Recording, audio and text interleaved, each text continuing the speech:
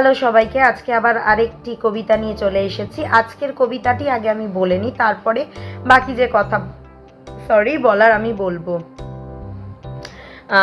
দেখুন, তো আজকে অনেকটা রাত হয়ে গেছে, মানে আমি বসেইছি প্রায় ভিডিও শ্যুট করতে 8:30 নাগাদ বোধহয়, সন্ধেবেলা। সন্ধে নয়, ওটা রাতই। তো বুঝতেই পারছেন আমি কোনো রকমের মেকআপ করিনি, কোনো রকম একটা জামা গলিয়ে চুলটাকে একটা ক্লাচার বেঁধে বসে পড়েছি।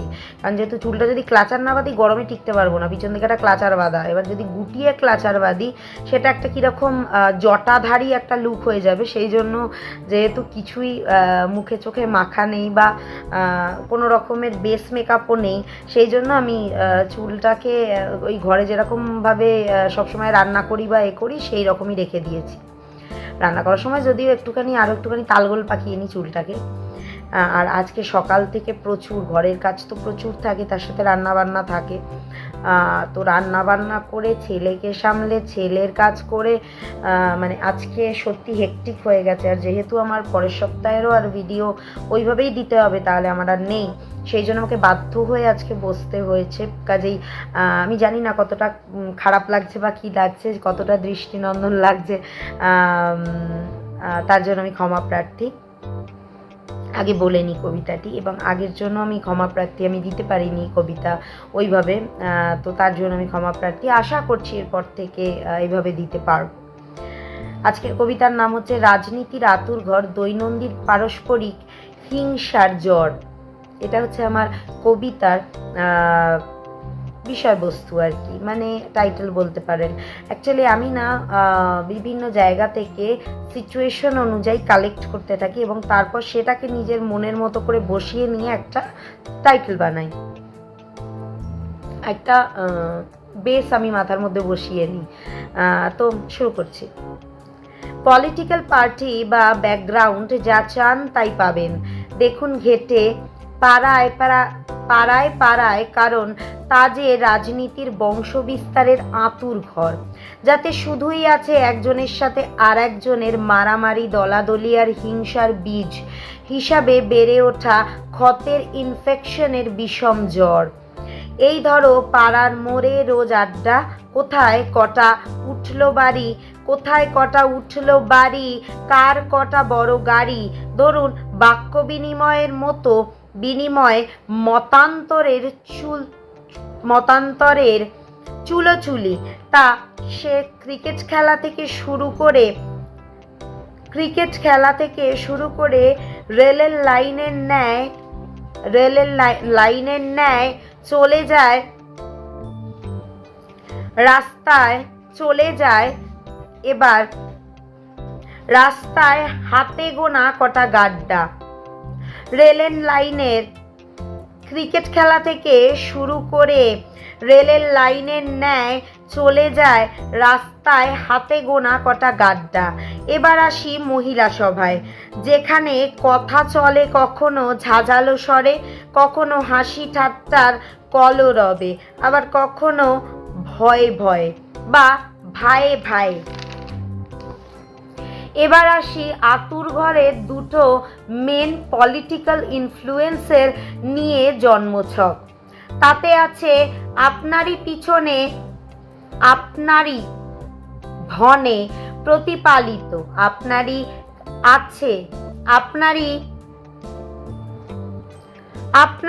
পিছনে আপনারই ধনে প্রতিপালিত কিন্তু সো কল্ড নিজের লোক বলা কিছু পাষণ্ডের দল, যাদের হিংসার চোখ আপনার সাফল্যে, আপনার অর্জিত পয়সায়, আপনার বিপদে মজা নিয়ে দূর অভিসন্ধি নিয়ে করে চকচক। তুই আছিস ভালো, দাঁড়া, হাজার একটা বিষ হয়ে তার খুশির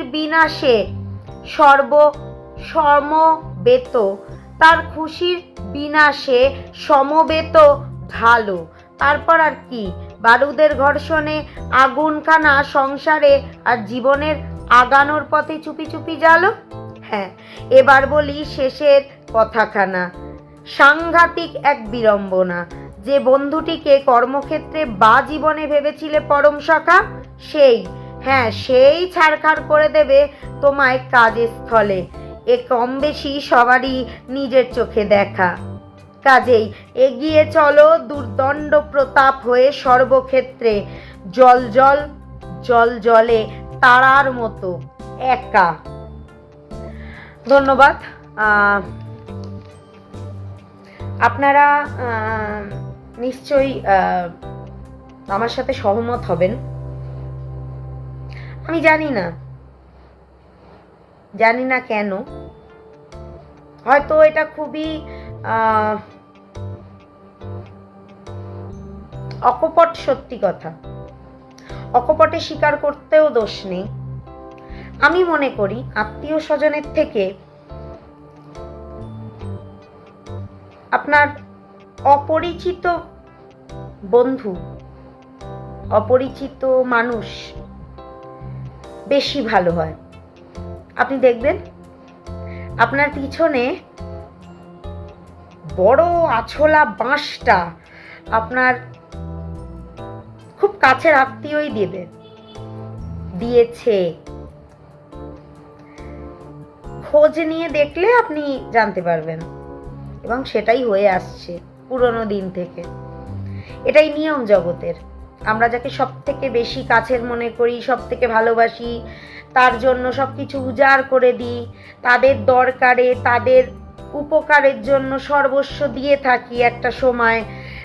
তাদের বিপদের দিনে আমরা ছাড়া তাদের পাশে কেউ থাকে না।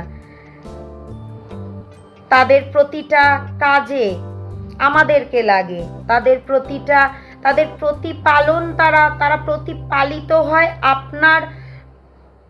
আপনার ধনে অনেক সময়।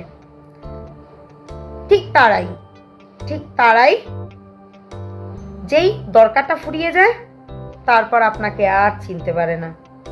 তারাই তখন আপনাকে কি করে ল্যাং মেরে একদম মাটিতে ফেলে মাথাটাকে পা দিয়ে পিষে মাটিতে মিশিয়ে দেবে, সেই কি বলবো, সেই জায়গাটা, সেই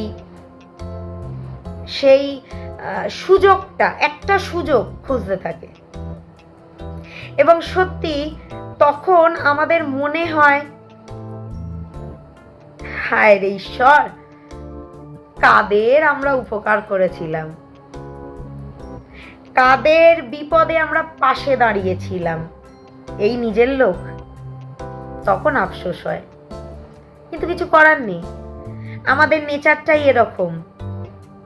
আমরা কিছু মানুষের কুম্ভীরাশ্রু দেখে ভীষণভাবে, আমরা যারা সৎ, আমরা যারা লোকের উপকার করি, আমরা যারা লোককে সহায়তা করি অসহায় দেখে, তাদের ওই কুম্ভীরাশ্রুতে আমরা গলে জল হয়ে যাই।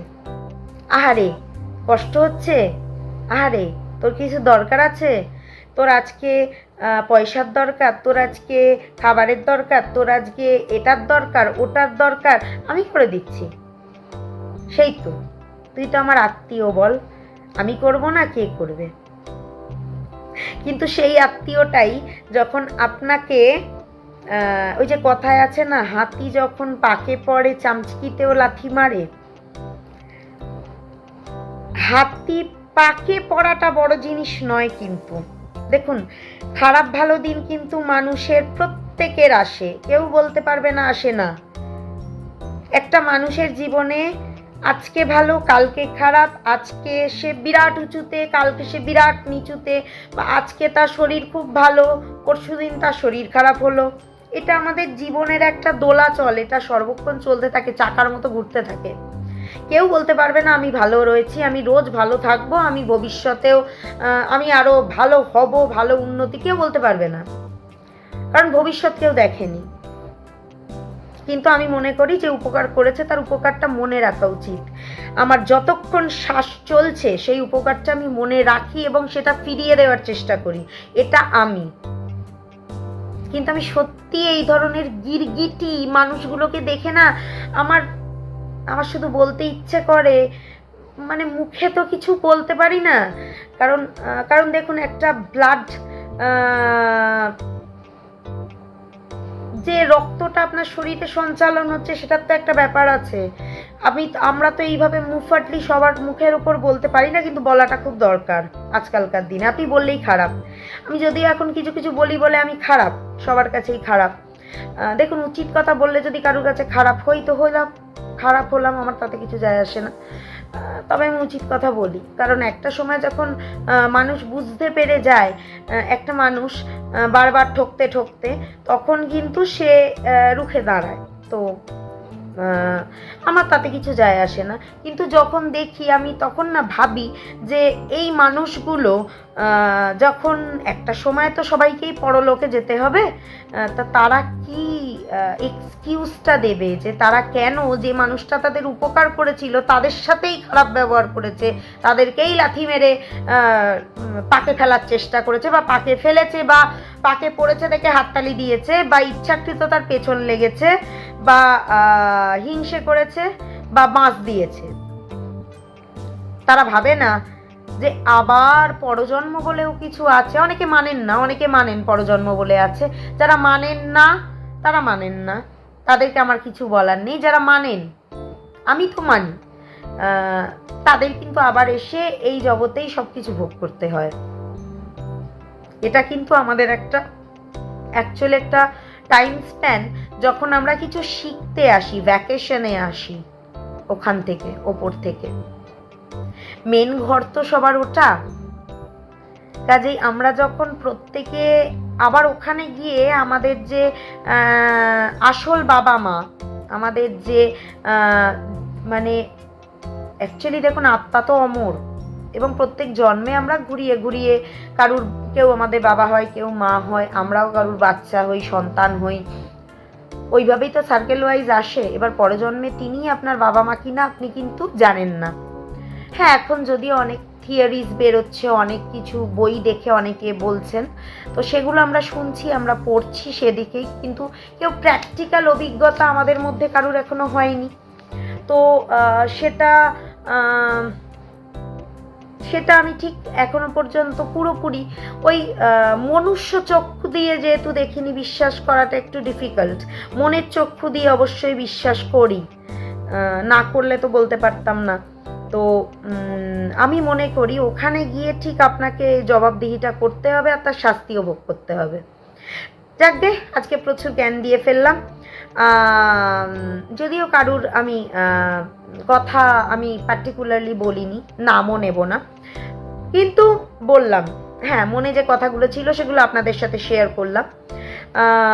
ভেরি রিসেন্ট তো, মানে সবসময় জিনিসগুলো আশেপাশে দেখতে পাচ্ছি তো, আর ভেরি রিসেন্টও দেখেছি নিজের লাইফে। সো সেই জন্য ইচ্ছা করলো আপনাদের সাথে কথাগুলো শেয়ার করতে, আপনাদেরকে একটু অ্যাওয়ার করতে, যে এই ধরনের লোক থেকে না একটু সাবধান থাকবেন। যাদেরকে আপনারা খুব কাছের লোক ভাবছেন, তারাই আপনাদের জন্য বড় বাঁশটা প্রস্তুত করছে পেছনে। তো এগুলো নিয়ে সত্যি আমাদের সতর্ক থাকা খুব জরুরি নিজের লাইফে। যাকে আজকের জন্য ধন্যবাদ, আর ভালো লাগলে চ্যানেলটি সাবস্ক্রাইব করতে ভুলবেন না, আর পাশে থাকা নোটিফিকেশন বেলটি অন করে দিতে ভুলবেন না। ধন্যবাদ।